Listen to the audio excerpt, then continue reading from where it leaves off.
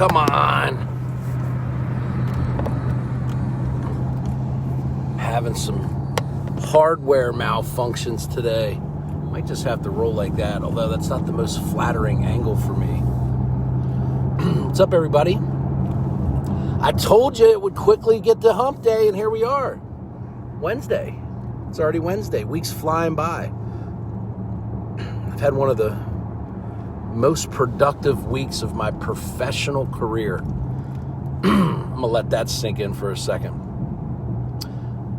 In 2 days, I feel like I've gotten more accomplished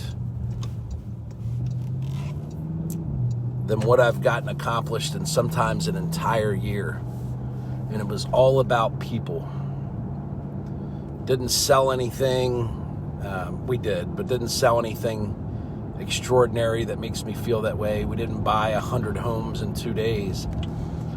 Everything I feel like we as a team were able to accomplish in the last 2 days was all about people. And it's extremely hard. I made a post yesterday about leadership and how hard it is. And but I feel like I did a good job, and our team did a good job of staying focused on the right things. And I wanted to share something I had learned while I was away about what was taught as negotiations. However, for me, I see it as just a effective form of communication. And the first part of what we were taught and what I learned and what I'm working on even right now is our tone of voice. And our tone has a lot to do with the pitch that we say something, and then also the voice inflections or accents that we put on certain portions of our sentences. And that has been proven to have more of an impact on the outcome of negotiations or communications than the actual words that are being said. So if you notice right now, I'm talking very slow. It's a very calming voice. And I'm doing that on purpose because I feel like I have a tendency to be a very aggressive person. Normally when I speak, my natural tendency is to speak, relatively quickly and aggressively, not only with the pace that I talk, but also the tone. And in certain instances, particularly when I'm maybe having a challenging conversation with someone, it's a relatively tense situation. Maybe there's a problem that we're trying to diffuse, or I've somehow upset somebody, or it's a high stakes conversation. It's relatively sensitive.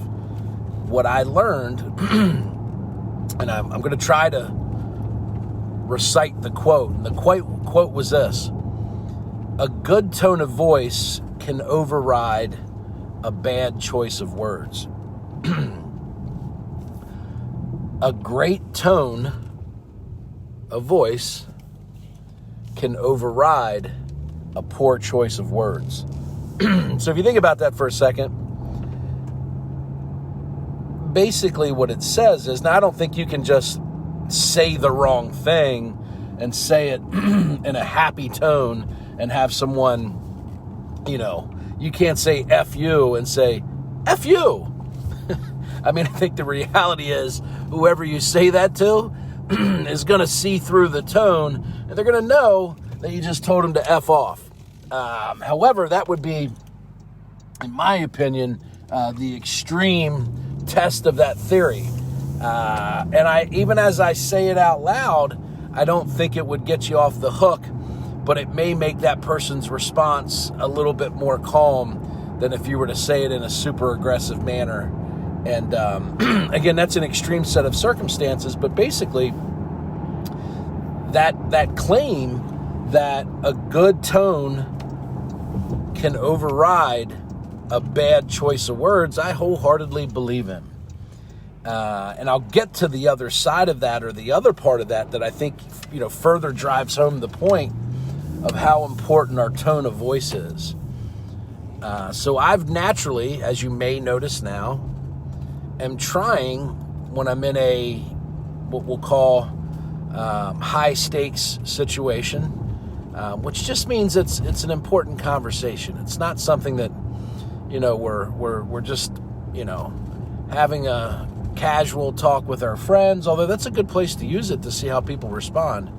For me, because it's a change and it's something that I'm working on, in order for me to be focused with it, I've tried to be very aware of my tone when I'm talking with someone about, an important topic. I'm trying to help them with an issue. Maybe they're venting to me, or, talking with me about something they're frustrated with, even if that might be me. So, again, the first part of that is a good tone will override a bad choice of words. So you might not just have the right words to say. You might stumble, you might stammer, you might say, you might just not say something that's, 100% polished. But if you say it with the right tone of voice, if you end certain sentences with, I'm pretty hopeful that things will work out. If you think about how you use that tone of voice, when I ended that sentence, it was very optimistic. It felt uplifting. It felt positive. Versus you could say that same sentence and say, I'm pretty optimistic that things will work out. If you just think about those two different ways that I said that, one was very positive. If I'm hearing that from someone, I feel optimistic about the direction of our arrangement or whatever it is that we're talking about. The second one was quite a, questioning, like, I'm not too sure. Matter of fact, I'm almost sure it's not going to work out, even though the choice of words said, I'm optimistic that things will work out. If you think about that choice of words, it's a really good choice of words depending on what message we're trying to send. But my tone did not match up with the words. And I think as you're talking to someone in that situation, they would respond more to my tone than they would the actual words. So that's the second part of what I learned about tone, is that, again, the first is that a good tone can override a bad choice of words, right? So we can have a good tone. We're optimistic. We're upbeat. We have a very positive, good tone of voice. But the choice of words is not the best. The tone of voice should and normally will override a bad choice of words. Now, here's the other side of that. A bad tone of voice cannot be overridden by a good choice of words. So what does that mean in third grade English, the way I need to understand it? It means if you have a negative tone, or you say something with the wrong attitude, so to speak, regardless of the words that you're saying, the tone outweighs the choice of words. So if you were to say something like, hey, nice job there, really good job there on that test score. Yeah, nice job. I mean, the words that I'm saying is complimentary. The tone that I'm saying it is anything but complimentary, right? It's very almost sarcastic.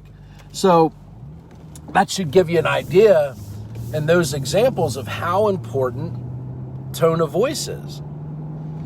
So that's something for me that I learned that I wanted to share. I think it's not a surprise to any of us. It's, I think we've all, heard the saying, it's not what you say, it's how you say it.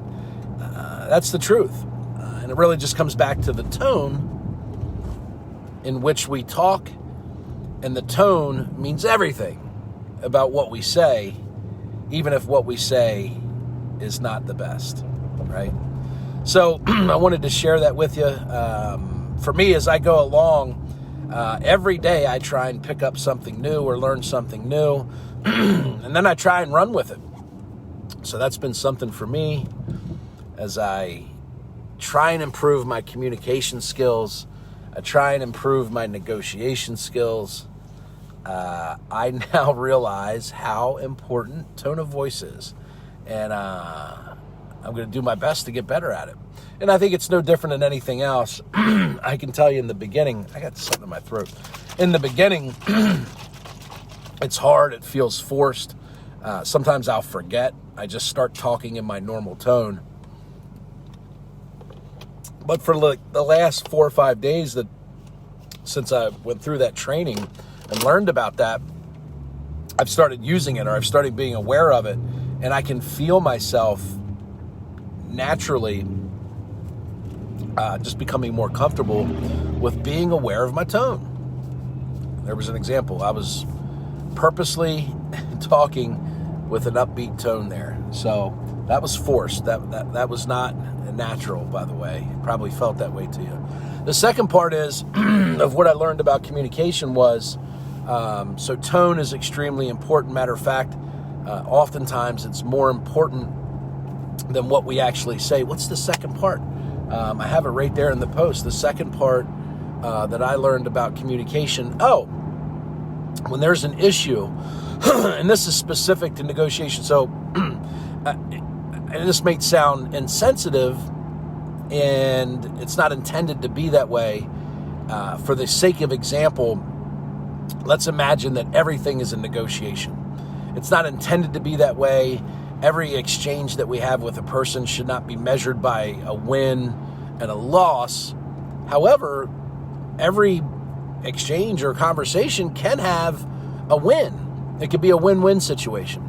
So this particular trainer, essentially said that, you lose in negotiations the instant you don't realize you're in one. The way I interpreted that was that almost every time you're communicating with somebody, if you don't realize that there's a more desirable outcome or what would be considered a win, you've already lost in negotiations because you may have approached that person with the wrong tone of voice early on in the conversation, and then the rest of the conversation became challenging because they feel like you were being, impolite, or they feel like you were attacking them because of your tone, not your choice of words. So just think about that for a second. Each time that you communicate with someone, if you treat it as a set of negotiations, not because you want to win and that person could lose, but because there's a desired outcome, and the desired outcome would be to win the conversation. And if it's not a negotiation, the win would be for everybody to walk away feeling good about what was just, discussed. So what I found is if someone's having a problem, or there's a challenge, or they're responding a certain way, they taught us what's called labeling. And again, I apologize for the terminology. I know it sounds insensitive, and I don't want this to be or sound like it's super mechanical. However, it kind of is. Okay? I mean, there's really what they teach, and I've been a student of sales and communications and negotiations for as long as I can remember. And the one thing is consistent is the psychology or the science or the data behind the things that the most effective, most successful trainers and teachers of sales, they share a common understanding. And it just always comes back to the emotional side of our brain is able to process something like 22 pieces of information a second. The logical side of our brain can only process about 50 pieces of information a second. So what does that mean? It means we respond emotionally to things much, much, much quicker, earlier, sooner, and often than we do logically. So as you're communicating with people, it just means that you got to be really aware of the emotional aspect of that person's decision making. So when we're negotiating and when we're in a conversation, they specifically talked about labeling, where if someone is upset, you simply would just say, it really feels like you're upset about this. It seems to really be bothering you. And, if someone is, maybe it's not that simple and you're trying to resolve, let's say, a customer complaint, and it feels like the customer may be saying that you unfairly treated them or you ripped them off. Instead of dancing, so one of two things normally happen. One, we become defensive, which is certainly not the best way for us to resolve an issue. It's definitely not a proven negotiation tactic, and it almost rarely proves to be an effective form of communication. So getting defensive is just not a good response for us when we're trying to diffuse a customer situation or win a conversation or get the upper hand when it comes to negotiations. So if someone is, basically saying that they feel that they were taken advantage of, it's a customer complaint, they feel like they were unfairly treated, what I learned was to label it. And as I remember thinking back to the training, I don't remember the exact psychology behind it, but one of two things happen. If someone's saying that they feel like they were treated unfairly, I might simply say, hey, Joe, it feels like really we've lost your trust. Okay? So when we label it, one of two things is going to happen. And by the way, the other thing that they taught was that mislabeling something was actually a super effective form of communication. It was a super effective form of negotiations. And you might say, well, how is that? If we mislabel that, wouldn't the customer get upset or wouldn't they correct us? And the answer is yes, they will correct you. But in communications or negotiations, all we really, really, really want is the truth. Once we have the truth and we're being honest about what we're trying to say, and the other party is either in negotiations or just communication is now being honest with us, we can be a better problem solver. We can typically turn a negative situation into a positive situation once we understand the truth, once we really have a good feel for what's going on. So when we label an issue, right, we're actually just giving it the credit it deserves, or sometimes folks won't realize the implications of what they're saying. So if I were to say something like, hey, Joe, I get the sense that you're upset, and I get that. I understand. I feel like maybe you can't trust us, or you feel like maybe we let you down, and you're struggling to believe that we did right by you. And then shut up. One of the other things we do when we communicate is we overtalk. We don't listen enough. So when we label something, the normal response you'll get back from someone is to either acknowledge it and go, yeah, man, like that's what I've been trying to tell you. And nobody seemed to understand is I don't think you guys are bad people. Like I generally, had a good experience. I feel like this was handled incorrectly, and I'm not certainly sure. Yeah, never split the difference. That's exactly, I saw that gentleman speak.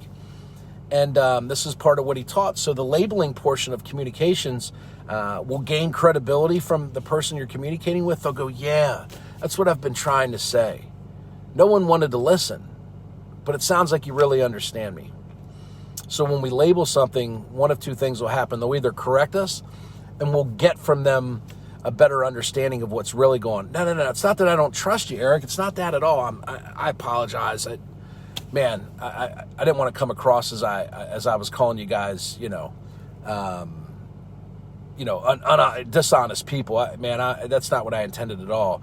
I just feel like this was owed to me, and maybe it got forgotten. Maybe I failed to make it clear that that's what my expectations were, and I want you guys to make the situation right.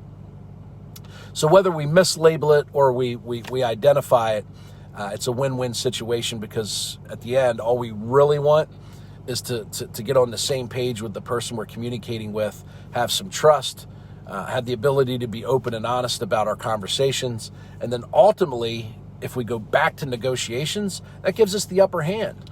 If we are the person that understands the emotions of the other person and we're in control of our emotions, we will win negotiations. We will win communications.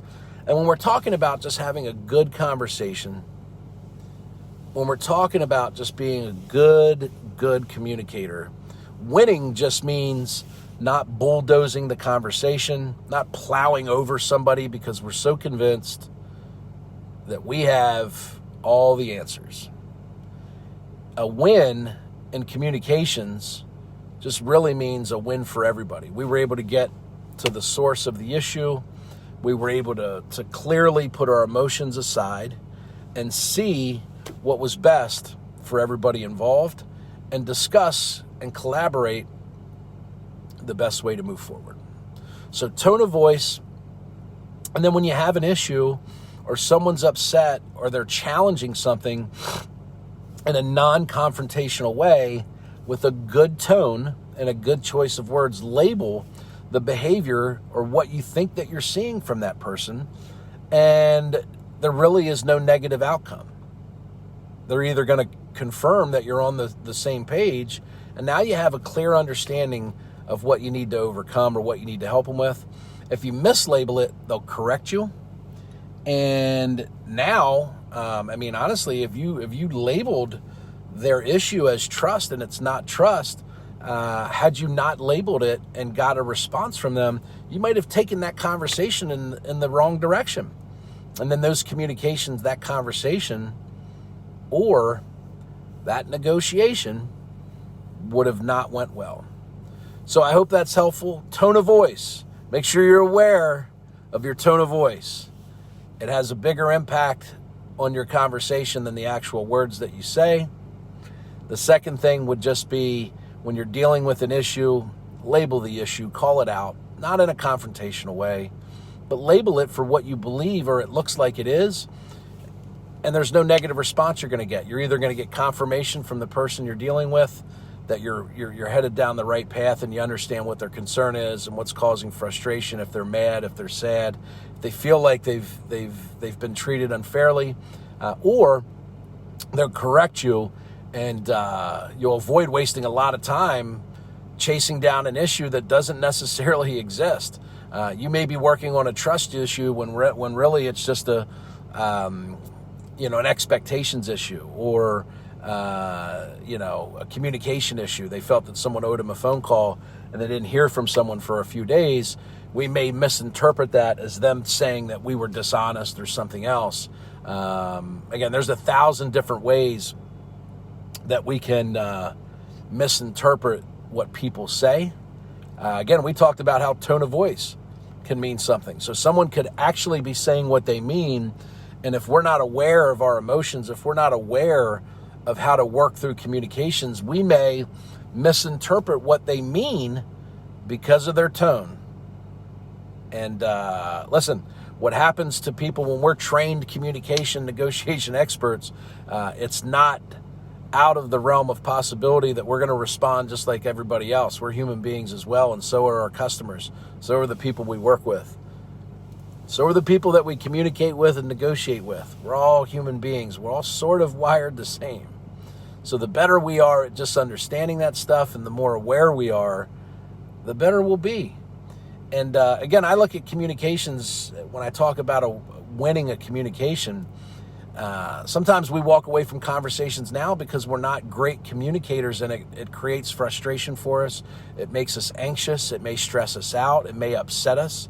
And so winning a conversation means not allowing a simple conversation or communication or exchange with someone at the grocery store or somebody we work with, our boss, someone that works for us, an upset customer, not allowing that to be a loss and then ruining potentially several hours or sometimes the rest of our day. We've all had an exchange with someone that was 15 minutes long. It ended up being a bad conversation and it ruined the rest of our day. I think we all have had a situation like that. So when you want to start winning conversations, if you want to start winning negotiations, those are two things that I learned that I'm doing my best to get better at, and I really believe in, and I wanted to share with you. So I'm being so focused on my tone of voice right now. I feel like and the guy would even say, your morning talk radio DJ voice.